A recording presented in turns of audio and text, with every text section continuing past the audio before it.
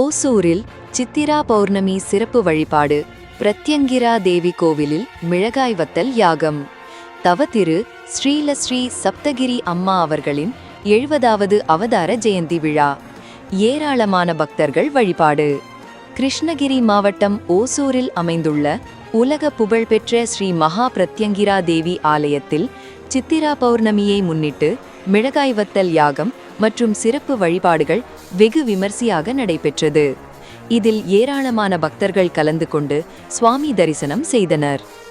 சென்னை பெங்களூரு தேசிய நெடுஞ்சாலை அருகே மோரணப்பள்ளி பகுதியில் அமைந்துள்ள பிரசித்தி பெற்ற ஸ்ரீ ராகு ஸ்ரீ கேது அதர்வண ஸ்ரீ மகா பிரத்யங்கிலா தேவி கோவிலில் ஒவ்வொரு பௌர்ணமி தினத்தன்றும் மிளகாய் வத்தல் யாகம் நடைபெறுவது வழக்கம். அந்த வகையில் இன்று சித்திரா பௌர்ணமியை முன்னிட்டு அதிகாலை முதலே சிறப்பு பூஜைகள் தொடங்கின. முதலாவதாக இக்கோவிலின் ஸ்தாபகர் தவத்திரு ஸ்ரீலஸ்ரீ சப்தகிரி அம்மா அவர்களின் 70வது அவதார ஜெயந்தி விழா கொண்டாடப்பட்டது. இதனையொட்டி அங்குள்ள கல்மண்டபத்தில் எழுந்தருளியிருக்கும் அவரது திருவுருவ விக்கிரகத்திற்கு நறுமணப் பொருட்களால் சிறப்பு அபிஷேக ஆராதனைகள் செய்யப்பட்டன.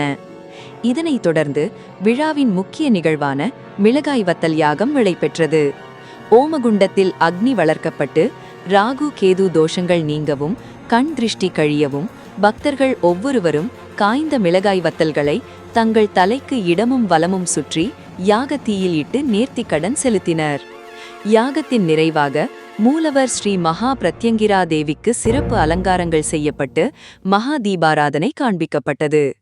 இந்த விழாவில் தமிழகம் மட்டுமின்றி அண்டை மாநிலங்களான கர்நாடகா மற்றும் ஆந்திராவிலிருந்தும் ஏராளமான பக்தர்கள் வருகை தந்து அம்மனை தரிசித்தனர்.